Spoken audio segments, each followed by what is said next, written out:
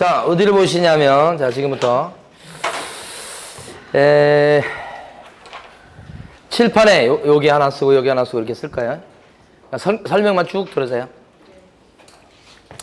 두 문제 거리요. 여기까지 한 덩어리가, 여기까지가 한 문제, 여기 한 문제, 이렇게 두 문제. 예, 자, 한 문제 잡으러 가요. 반환체 뭐 이행 모장 제도 이런 거 들어보셨죠? 자, 그래서 네 가지를 설명드릴게요. 네 가지. 자, 그러면 네 가지 설명드리려면 노란 거 하고 빨간 거 어디 있어? 빨간 거하고 이렇게 이게 있어요. 네 가지를 설명드려요. 자, 거래 현실에서 보게 되면 요 사람이 누구냐면 매도인, 요 사람이 매수인 이렇게 돼요. 그래서 이제 거래 과정이 보면 계약금 주고 중도금 치르고 잔금 치르고 그러면 매도인이 등기에 필요한 서류를 요때 넘겨줘요. 그래서 등기를 내죠. 등기 나면 소유권 취득하게 돼요. 이렇게. 이걸 중간에서 개업 공인중개사 분이 중간에서 요렇게 소개해. 요렇게. 그런데 이 과정에서 B가 계약서에 도장을 찍으려다가 멈칫한다고. 보니까 이 부동산에 가압류가 막 돼 있고 그 다음에 압류 등기가 잔뜩 돼 있는 거야. 그러니까 불안하죠. 그래서 도장을 못 찍고 있어. 그러면 개업 공인중개사는 이제 건수를 못 올리잖아. 아니면 어떤 경우가 있냐면 계약서는 썼어. 근데 중도금 치를 때쯤 됐는데 없던 이런 게 막 생긴 거야. 그러니까 중도금 안 주려고 그러겠지. 때릴까 봐. 불안하니까. 그러니까 이게 지금 계약이 진행이 안 되는 거야. 이랬을 때 우리 부동산 사장님이 이 사람이 불안해하는 점을 알고서 자, 어떻게 하자고 외칠 수 있냐면 직접 주니까 다 그런 일이 발생한다. 직접 주지 말고 여기요. 요 계약금 중도금 잔금을 여기 중립적 기관에다 이렇게 넣어놓자. 응? 중도금 필요하면 잔금까지 이렇게 넣어놨다가 완벽하게 서류가 넘어와서 등기 나면 그때 비로소 이 돈을 빼가게 하자. 혹시라도 만약에 제대로 이행이 안 되는 상황이 발생하면 그때는 그냥 찾아가라 너가 이렇게. 그러면 이제 원상의 의복이 이제 쉽게 될 수 있으니까 이 사람 입장에서 봤을 때는 불안하지 않을 수 있죠. 그러니까 이런 제도의 핵심은 뭐냐면 중립적 기관에 돈을 묻어넣자고 하는 예치 제도예요. 이게 가장 중심이 되는 제도입니다. 묻어놓읍시다. 여기서 이제 통장을 하나 만들어서 돈을 관리해 주는 사람이 필요한데 그 사람이 예치 명의자예요. 예치 명의자 이름으로다가 계약금이나 중도금, 잔금 요것을 갖다가 금고인 예치기관에 넣어놓자 이렇게 하는 거야. 여기다 묻어놓는 것은 언제까지 묻어놓자고 하는 거냐면 완벽하게 이행이 끝날 때까지 묻어놓읍시다 이렇게 하는 거예요. 그러니까 시점상으로 봤을 때는 계약 체결이 완료될 때까지가 아니에요. 계약의 뭐예요? 이행이 완료된다. 이행이 완료된다는 것은 어디를 얘기하는 거예요? 잔금시예요, 잔금시. 그죠? 완벽하게 등기 서류가 넘어올 때까지 묻어놓읍시다. 시점 알아두셔야 됩니다. 그랬을 때 주인공은 돈을 묻어주자고 하는 그 제도에서 주인공은 예치 명의자. 이 사람이 돈을 관리해주는 사람이에요. 자, 그래서 첫 번째 중요한 포인트가 예치 명의자를 막 시험에서 물어봐요. 예치 명의자 될 수 있는 사람은 일단 부동산 사장님이랑 대통령령으로 정하는 사람까지만 될 수 있고 대통령령에 가면 6명이 나와요. 그래서 거기는 제일 처음에 은행이 나오고요. 그 다음에 공제사업자가 나옵니다. 공제사업자 누구죠? 공제사업자 누구? 공제사업자가 누구냐고? 협회죠. 실제 시험에서는 중개사협회라고 나온 적이 있었어요. 그게 누구하고 똑같아요? 공제사업자. 조문은 뭐라고 돼 있어요? 공제사업자. 근데 이 시험에는 뭐라고 나왔어요? 협회. 같은 말이에요. 그 다음에 신탁업자, 신탁회사요. 네, 신탁업자. 그 다음에 보험회사도 들어갑니다. 보험회사. 그 다음에 우체국 같은 채신관서도 들어갑니다. 그 다음에 중간에서 서류 같은 걸 관리해주고 세금도 처리해주는 이행대행을 전문으로 하는 회사가 들어갑니다. 이행대행 전문회사. 이게 이제 학교에서 얘기할 때는 에스크로 회사를 얘기합니다. 요 이행대행 전문회사까지 치면 총 6군데. 거기다가 개업 공인중개사까지 치면 총 7군데가 돼요.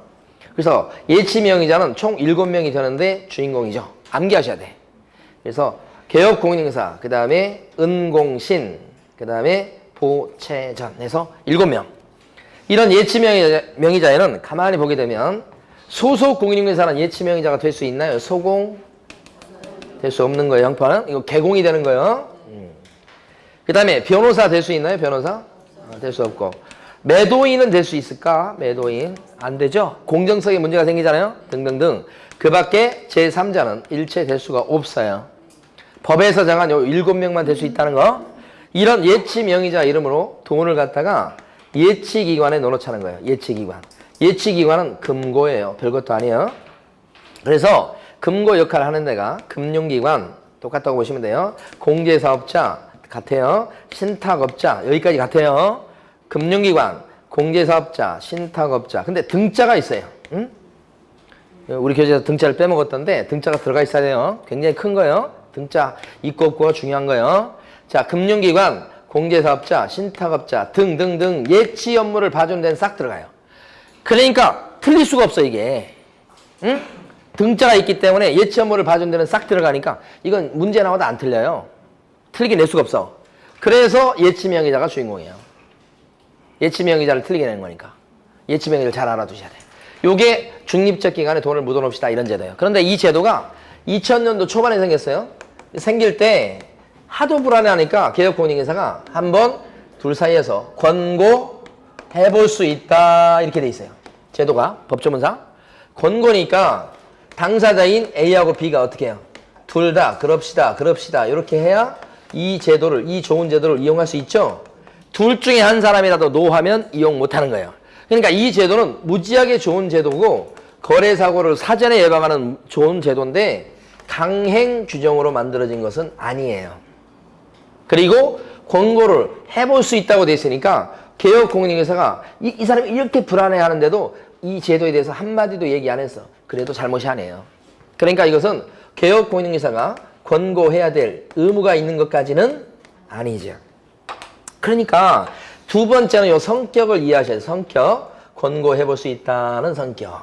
그래서 결국은 세부적으로 들어가면 강행 규정이 아니다. 합의가 필요하다. 그 다음에 권고해야 될 의무는 없다. 요걸 기억하셔야 돼. 권고해야 된다가 그렇게 얘기하면 틀려버리게 되는 거예요. 자, 그러다 보니까 성격상 예치제도 이것만 갖고는 이용이 안 돼요. 합의가 있어야 되는데 B는 묻어놓자고 하겠지만 A가 싫어해요. A는 이 집을 팔고 가만히 있지 않죠?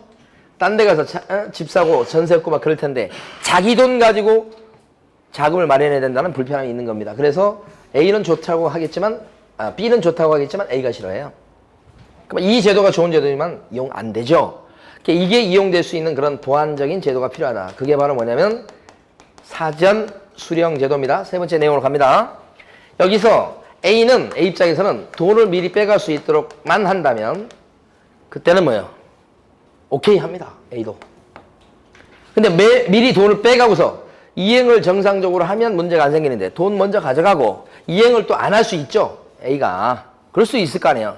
그래 버리게 되면 돈을 찾으러 와도 돈이 없잖아. 가져갈 돈이. 원상회복할 돈이. 그래서 미리 가져가기는 하되 대신에 보증인을 세워놓고 가져가라 이렇게 법이 되어 있는 거예요. 보증인. 대신 물어줄 사람. 자기가 이행 안 했을 때를 대비해서 대신 물어줄 사람을 세워놓고 돈을 빼가라 이렇게 되는 거죠. 그러면 A 입장에서는 여기요. 이 보증인 역할을 해줄 수 있는 보증서 발행기관 거기 쫓아가서 약간의 금융비용을 지불하셔야 돼. 그러면 거기서 보증인 자기들이 해주겠다고 하면서 보증서를 발급해줘.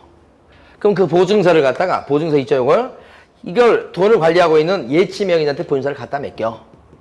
그리고 돈을 빼가. 계약금이나 중도금자금. 그래버리면 제대로 이행이 되면 아무 문제가 발생하지 않고 혹시 이행하지 못하는 상황이 발생하면 가지러 왔을 때 돈은 없지만 예치명의자 손에 보증서가 들려있고 그 보증서에 나와 있는 그 기관에 가서 여기서 돈 내놔 그러면 저긴 준다는 거야.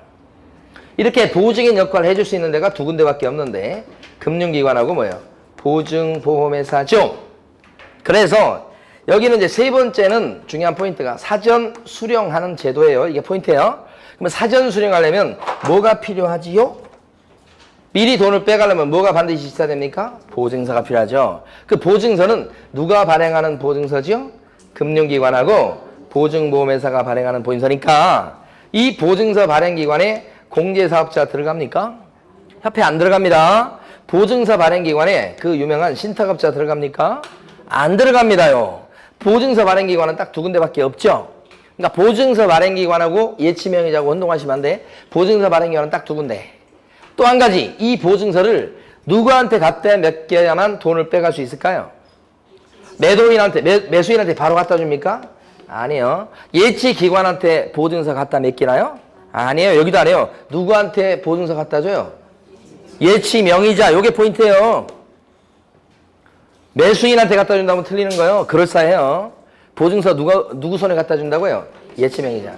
이게 사전수령제도예요. 이제 마지막 네 번째 보세요.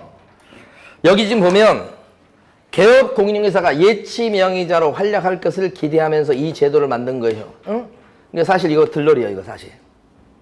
그러면 개업공인중개사가 예치명의자가 됐어요. 그러면 개업공인중개사인 예치명의자는 의무가 막 생겨.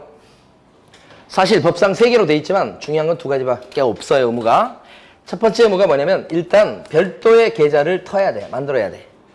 그리고 그 돈은 관리해주는 돈이니까 자기가 함부로 꺼내서 쓰면 안 되는 거야. 지켜야 돼. 이건 개업공인중개사가 예치명의자일 때 의무가 생기는 거예요. 그리고 또 한 가지는 임의로 인출해서는 안 되는데, 자, 문제는 뭐냐면 함부로 꺼내 쓸 수도 있잖아. 왜냐면 개업공인중개사 이름으로 통장이 만들어져 있으니까, 그죠? 자기 돈처럼 돼 있잖아, 외형상. 그러니까 돈을 꺼내 써버릴 수 있죠. 그러면 안 되는데, 그때를 대비해서 뭐 해라? 보험에 들어라 이거죠. 이거 대비해서. 보증 설정하는 방법은 아까 손해배상 책임을 보장하기 위한 보증 설정과 방법이 똑같아요. 어떻게? 보증보험에 들거나 공제 가입하거나 공탁하는 거예요. 그런데 중요한 것은 얼마만큼을 설정해야 되냐. 이게 중요한 거예요. 얼마만큼을 설정해야 될 것 같아요. 개업공인중개사는 얼마만큼 설정해야 되지? 이 사람이 공인중개사인 개공이니까 1억 이상, 응? 법인이니까 2억 이상 이렇게 획일적으로 설정하는 게 아니에요. 개업공인중개사가 예치명의자다 그러면 개업공인중개사인 예치명의자가 돈을 관리하고 있죠. 계약금 중도금 합쳐가지고 지금 4억 7천만 원을 지금 통장에 넣어놓고 있어. 개공이. 그러면 그걸 임의로 꺼냈으면 안 되잖아 지금. 응? 근데 꺼내 썼어. 그럼 4억 7천이 날아가 버렸잖아. 그럼 얼마만큼을 설정해 둬야 되는 거예요? 그건 관리하고 있는 돈이 4억 7천이니까 관리하고 있는 돈만큼 설정해야지. 이거 갖고 안 되는 거예요. 이게 아니라고. 얼마만큼 설정해야 돼? 그러니까 그걸 예치 금액이라고 그래. 묻어놓은 돈만큼을 설정해야 된다 이 말이야. 요게 출제 포인트예요. 요게 트릭이 나오면 이렇게 맞게 나온 지문이 있었어요. 최근에 트릭이 나올 때를 대비하셔야 돼. 요게 핵심. 그리고 또 한 가지는 이게 의무니까 이걸 안 지키면 분리시켜 놓지 않거나 임의로 꺼내 쓰거나 아니면 본인 설정 안 했다. 그러면 이게 의무니까 안 지키면 제재를 받겠죠? 어떤 제재를 받아요? 업무 정지. 2번이나 시험에 나온 거예요. 등록 취소 아니고 업무 정지. 개공이 예치명의자가 됐을 때 의무사항 이렇게 요거 마지막 네 번째 중요한 거예요. 그러면서 하나 더 볼게. 그러면 개업공인중개사가 예치명의자로 돈을 관리해 주다 보면 비용을 쓸 수 있죠. 그걸 실비라고 그래. 활동비용 쓸 수 있죠? 어떤 걸 쓸 수 있을까? 대표적으로. 어떤 걸 쓸 수 있을까? 보험료 나가잖아, 보험료. 이거 나가잖아, 이거. 보험료. 대표적인 거 그거죠. 그 다음에 이제 여기서 갖고 있다 돈 막 수표 발행해서 주면 수표 발행비, 계좌 이체 비용 그런 게 들어갈 수 있죠? 그런 실비가 발생할 수 있어요. 이런 비용은 예치명의자인 개업공인중개사는 매도인과 매수인이 있다면 누구한테 받는 게 정상이요? 매수인이죠. 왜 매수인한테 받아내는 거예요, 이 실비를? 매수인이 혜택을 보니까. 돈을 관리해주면 혜택을 보는 사람은 매수인이지 매도인이 아니거든. 돈 떼이지 않게 되는 사람은 매수인이니까 여기한테 그 비용을 물으라고 해서 받아낼 수 있다는 거죠? 여기가 마지막이요. 네 가지를 설명드렸어요, 지금. 노랗게 별표 친 거 네 군데. 끝났어요. 한 문제. 교재는 여러분들 읽어보세요. 그 다음에 이번에요. 교육을 볼 거예요. 교육. 자, 교육은 몇 가지가 있어요? 교육. 세 가지라고 생각이 쉬운데 네 가지요. 자, 실무교육이라는 게 있고 그 다음에 직무교육이라고 들어보셨나요? 직무교육. 자, 그 다음에 또 무슨 교육 있죠? 연수교육 들어보셨죠? 교육이 하나 더 있다 그러면 무슨 교육이에요? 사고 예방 교육이에요. 자, 이 네 가지 교육이 있어요. 예방 교육 이렇게 네 가지. 자, 근데 특징이 실무 교육이나 여기 나와 있는 직무 교육은 가만히 보면 요것은 처음에 시장에 진입할 때 받는 교육이야. 들어올 때. 근데 여기 나와 있는 연수 교육은요. 일하다가 받는 교육이죠. 자, 사고 예방 교육도 일하다가 받는 교육이죠. 그런 거야. 그러니까 일하는 중에 받는 교육이 연수 교육과 요 사고 예방 교육이에요. 교육 네 가지 볼 텐데 일단 실무 교육은 대상자가 누구냐 이거지. 잘 보세요. 실무 교육 대상자 누구죠? 그러면 안 되고 등록 신청을 하려는 자가 정확한 표현이에요. 개공이 맞는 게 아니고 개공으로 등록 신청하려는 자. 사무실 오픈할 사람 첫 번째. 또 누가 실무교육 받죠? 소속 공인중개사로 취직할 사람.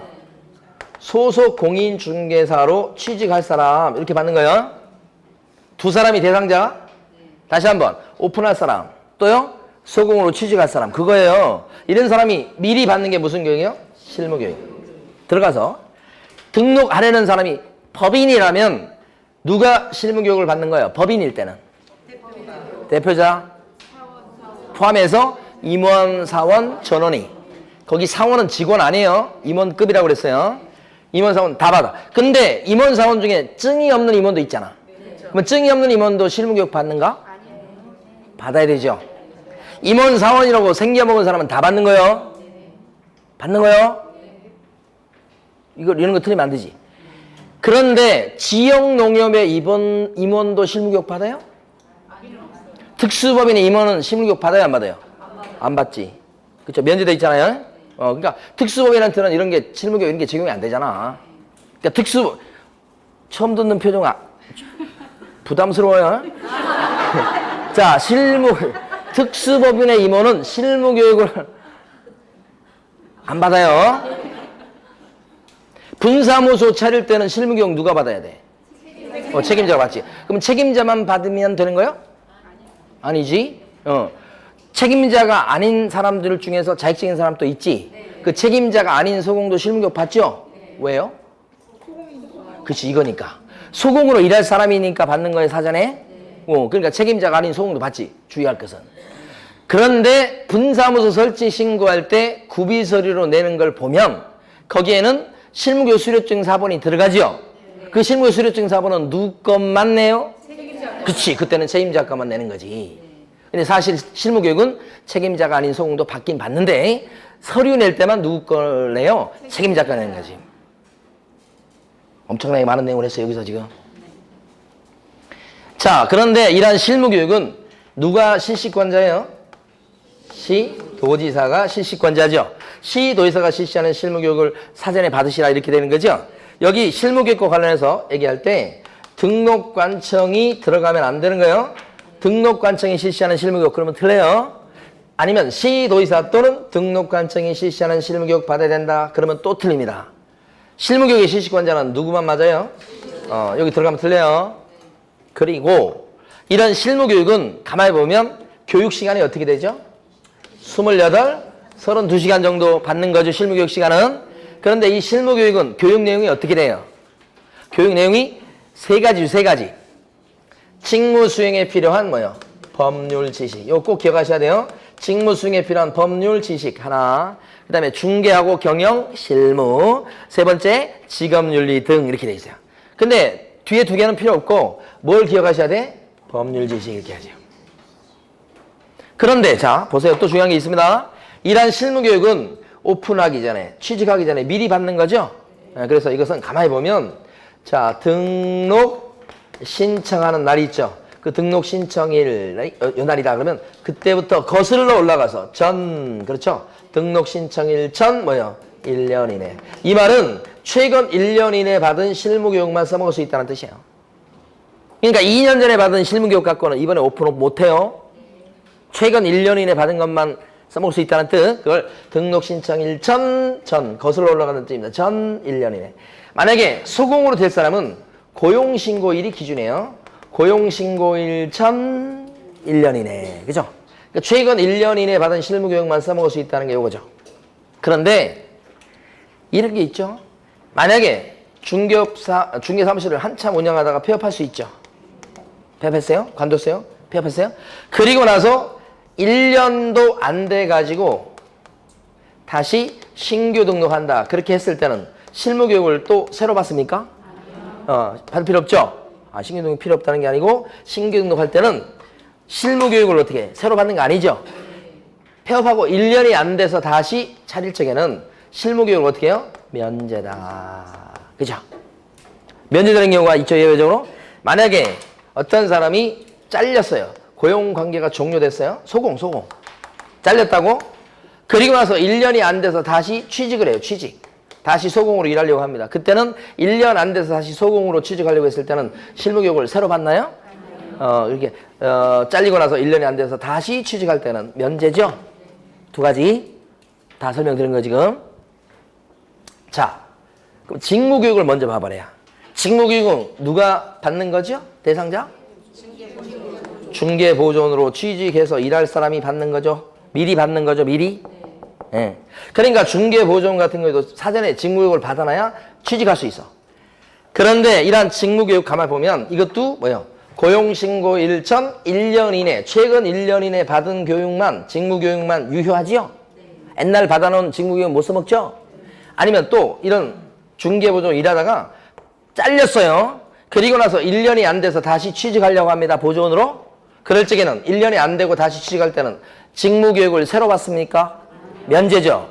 그러니까 이게 시장에 진입할 때 받는 요 두 가지 교육은 요 두 가지 원리가 똑같아. 최근 1년 동안 써먹을 수 있다. 폐업하고 관두고 그때부터 1년이 안 돼서 다시 취직하거나 차리고 그랬을 때는 면제된다. 두 개 다 똑같아. 그럼 이런 직무교육은 실시권자 누구예요? 시도지사에서 끝나는 게 아니고 또 누구도 있죠? 등록관청. 여기는 틀리게는 안 낼 거예요. 시도지사 또는 등록관청이 여기 들어간다는 게 중요한 특징이에요. 여기는. 이러한 직무교육은 교육 시간이 몇 시간이에요? 3시간에 3시간에서 4시간. 그죠? 서너 시간. 그 다음에 이러한 직무교육은 목적이 뭐냐? 교육의 내용이 뭐냐? 별거 없어요. 교육 내용 가만히 보면 뭐 직업윤리 뭐 그래요. 쓸 가치도 못 느껴요. 직업윤리 등 이렇게 돼 있으니까 서너 시간 별거 없어요. 이게 직무교육이에요. 자, 그 다음에 이제 연수교육이 또 중요하죠. 자, 연수교육은 대상자가 누구죠? 연수교육 대상자. 개업 공인중개사로 현재 일하고 있는 사람 또는 또 누구요? 소공으로 현재 일하고 있는 사람이 연수교육 대상자가 되지요. 일하고 있는 중에 받는 거죠. 일 안 하고 있으면 받을 필요가 없어요. 일하는 중에 받는다. 근데 이 연수교육은 가만히 보니까 실시권자 누구죠? 시도지사가 실시권자. 따라서 여기도 마찬가지입니다. 등록관청이 여기 연수교육의 실시권자인 것처럼 등록관청이 같이 따라 나오면 틀립니다. 자, 다시 한번 실무교육의 실시권자도 시도지사. 연수교육도 뭐예요? 시도지사. 등록관청 들어가면 안 돼요. 이러한 연수교육 시간은, 연수교육의 내용은 가만히 보면 일단 교육 시간은 좀 줄지요. 12, 16. 그런데 교육 내용이 뭐야? 이거예요. 요거 잘 구별하셔야 돼요. 여기는 연수교육은 재교육이에요. 다시 받게 하는 재교육이에요. 그래서 이것은 그 동안에 2년 동안에 자 법이나 제도가 바뀐 거 있죠. 법이나 제도의 뭐요? 변경상. 이 말이 오면 이게 연수교육의 목적이야. 내용이고. 법률 지식 그럼 뭐고요? 실무교육이고. 두 개를 바꿔서 출제할 겁니다. 연수교육 얘기하면서 법률 지식 얘기하면 틀려버려요. 실무교육 얘기하면서 법 제도의 변경사항 그러면 틀려버려요. 아직 바꿔서 출제하진 않았어요. 출제가 유력합니다. 두 개 바뀌면 안 돼요. 그리고 이러한 연수교육은 실무교육 바꿔서 2년마다 받게 돼 있죠. 2년마다. 몇 년마다요? 2년. 2년. 물어보겠죠, 이거. 이거 고쳐서 또 물어봐요. 연수교육 한 번 받으면 끝이에요? 아니요. 한 번 받으시면 끝 아니죠. 다시 뭐요? 2년 있다가 또 무슨 교육 받아? 연수교육이지. 실무교육 받고 나서 2년 내 직무교육을 받는다고 하면 틀려요. 2년마다 받게 돼 있는 교육은 무슨 교육이야? 연수교육. 예? 연수교육. 제가 초등학교 때 짝사랑했던 그 여자친구 이름이 이연수예요. 연수교육. 이거 할 때마다 생각나. 연수교육. 여기서 또 어떻게? 2년마다 받는다. 그런데 이렇게 2년마다 받아야 되니까 이걸 까먹고 넘어가는 수가 꽤 있어요. 그래서 이거 2년이 되기 2달 전까지 연수교육 받으라고 통지해 주죠. 이 통지는 개별 통지가 날아가요. 이번에 연수교육 언제까지 받으셔야 돼요? 안 받으면 과태료입니다. 그죠? 어느 정도 과태료 물려요? 500만 원 이하의 과태료. 여기까지 알아두셔야 되죠. 이 과태료 누가 물리죠? 500과 누가 물려요? 시도의사예요? 등록관청이에요? 시도의사가 물리는 거예요. 시도의사. 연수교육을 이번에 받으라고 통지해 주는 사람 누구? 사전에 개별 통지해 주는 사람 누구? 시도의사가 다 하는 거예요. 등록관청 아니에요. 이거 같이 알아두셔야 돼요. 자, 그 다음에 사고 예방교육. 마지막입니다. 사고 예방교육. 이게 이런 사고가 많이 터지니까 주의하시라고 교육을 시키는 거예요. 이런 사고 예방교육은 누가 누구한테 하는 거야? 사고 예방교육은 누가 누구한테 한다? 아니, 국장, 시도지사, 또 누구까지? 하여간 관청이 들고 일어나서 교육을 해요. 모든 관청이. 상대방은 누구요? 하여간 시장에서 왔다 갔다 하는 사람 다 들어가요. 개공 등이에요. 개공만 나오면 안 돼. 보조원, 소공 다 불러 모을 수 있다고. 등. 그러니까 이 사고 예방 교육은 모든 관청이 모든 일하는 사람 다 불러 모으는 거예요, 이게. 그래서 이런 사고가 터지니까 주의하세요라고 구청 강당에 불러 모아놓고 도청 강당에 불러 모아놓고 교육을 실시하는 거예요. 이러한 교육은 사고 예방 교육은 반드시 해야 된다 그건 아니고 필요하다면 할 수도 있다 이렇게 되는데, 자, 중요한 것은 이거예요. 이 사고 예방 교육도 중간에 받기 때문에 구민회관에 모이라고 미리 통지해야 되지요. 이거하고 이건 중간에 하기 때문에 미리 통지하는 제도가 있잖아요. 미리 통지할 때 사고 예방 교육은 언제까지 통지해야 돼요? 10일 전까지 통지해야 돼요. 알려줘야 된다고. 10일이란 기간이 제일 중요해요. 이때는 근데 중요한 게 10일 전까지 이런 대상자들한테 개별 통지 안 하고 공고를 하는 것도 방법이에요. 공고를 하거나 아니면 뭐예요? 개별 통지. 둘 중에 하나 선택사항이요. 이거 아니면 이거. 아까 연수교육은 공고했어요? 안 했어요? 무조건 개별 통지합니다. 통지사가 날아가요. 이건 공고해가지고 알아먹을 수가 없어요, 사람들이. 근데 여기는 뭐예요? 다 불러 모아놓고 하는 거잖아요. 의무사항이 또 아니에요. 할 수 있다잖아요. 그러니까 오는 사람 대상으로 그냥 하는 거예요, 그냥. 안 하면 어쩔 수 없고. 그렇죠? 그러니까 공고를 띄워서 할 수도 있어요. 통지 안 하고. 그럼 통지를 할 수도 있어요. 선택사항이요. 요게 출시됐었고. 여기 10일 전까지 한다는 거 기억하셔야 돼. 요거. 그래서 예방교육이니까요. 예방. 기억하실 때는 10이라는 글자가 열이죠, 열. 자, 수업 끝났습니다, 이제. 짐 싸시고. 열이라는 글자 있잖아요. 열 예방이라고 기억하셔야 돼요. 열 나는 거 예방하는 거 있잖아요. 열 예방. 그죠? 열 예방. 저희 집사람은 애들 막 어렸을 때 열 나가지고 막 하도 그냥 병원에 많이 쫓아다녀가지고 어떤 습성이 붙었냐면 얘가 막 좀 열 나잖아. 36.5, 37, 7.뭐 이렇게 나가잖아. 그러면 그 저 시럽 있죠, 시럽. 그 물 감기약 있잖아. 딱 해가지고 그러면 열이 떨어지잖아요. 열 예방. 기억하시고. 됐습니다. 시험은 2시 반부터 보겠습니다. 네. 수고 많으셨습니다.